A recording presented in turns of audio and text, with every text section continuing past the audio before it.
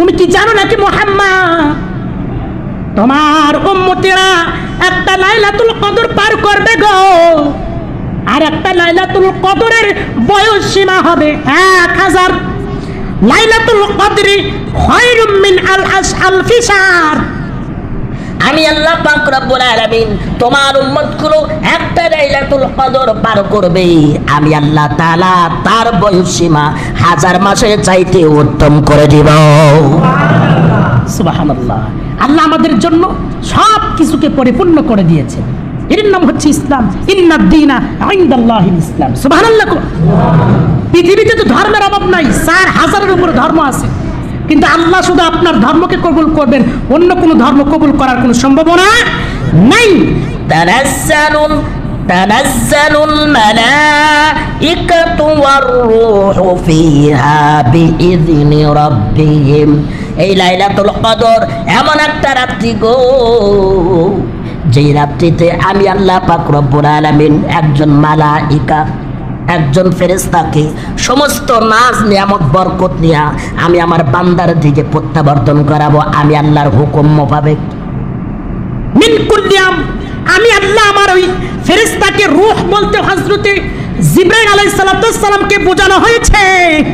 তাফসীর বিল কুরআন, তাফসীর ইবনে কাসির থেকে শুরু করে প্রত্যেকটা তাফসীর কারক তাফসীর করেছেন, লাইলাতুল কদর এমন একটা রাত্রি আল্লাহ বলেন আমি আমার বান্দার জন্য ফেরেশতাকুল লইয়া রহমত বরকত মাগফিরাত সব কিছু লইয়া আমি আমার বান্দার দিকে প্রত্যাবর্তন করাবো, আর আমি দেখতে থাকবো আমার প্রথম আসমানে আসিয়া কোন বান্দা লাইলাতুল কদরের রাত্রিতে আমি আমার বান্দা আমার কাছে ক্ষমা চাইতেছে। যে ব্যক্তি ক্ষমা চাইল গো, ওই রাত্রিতে আমি আল্লাহ তাআলা আমার বান্দার গুনাহগুলো মাফ করে দিব। শুধু মাফ করবো না, এমন একটা রাত্রি যেই রাত্রিতে তোমার ভালো মন্দর তাকদীর আমি লিপিবদ্ধ করে দিব। এমন একটা রাত্রি আমাদের সামনে অবস্থান করছে। অটোমেটিকলি আমরা 21, 23, 25 পার করলাম, সামনে 27 রাত, যেই রাত্রিতে সবচেয়ে গুরুত্ব বেশি দেওয়া হয়েছে। আমরা আল্লাহর ইবাদতের মাধ্যমে, সালাত কায়েমের মাধ্যমে, জিকির আজগারের মাধ্যমে, আল্লাহর ইবাদতের মাধ্যমে আমরা লাইলাতুল কদরের রাত্রি উদযাপন করব ইনশাআল্লাহ। আমরা মসজিদে অবস্থান করছি রমজানের শেষ একদম জুমাতে। এই জুমায় যেন যদি আমরা এখানে যারা উপস্থিত হয়েছি, এই জুমাটাই যদি আমার জীবনের শেষ জুমা হয়, আমার জুমা যদি সামনের রমজানের জুমা যদি আমার তকদিরে না থেকে থাকে, আল্লাহ আমার এই জুমা যেন আজকে আমার গুনাহ মাফের জুমা হয়ে যায়। সবাই বলে আমিন। আমরা আজকে শেষ জুমা অবস্থান করেছি, কে কখন কোথায় কোন জায়গায় মৃত্যুবরণ করব কেউ জানি না।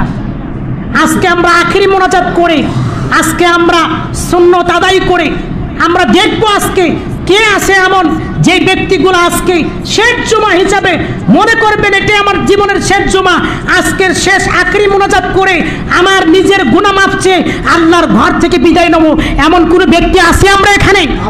থাকবেন তো সবাই নাকি বলেন? সবাই হাত তুলে বলেন ইনশাআল্লাহ। আজকের দিনের জন্য আমি বলছি, আপাতত আজকের দিনের জন্য আমার কথাটা শুনুন।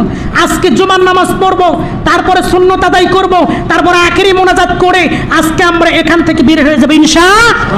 আল্লাহর মেহমানের চাইতে উত্তম মেহমান পৃথিবীর মধ্যে আর কেউ আছে নাকি? নাই।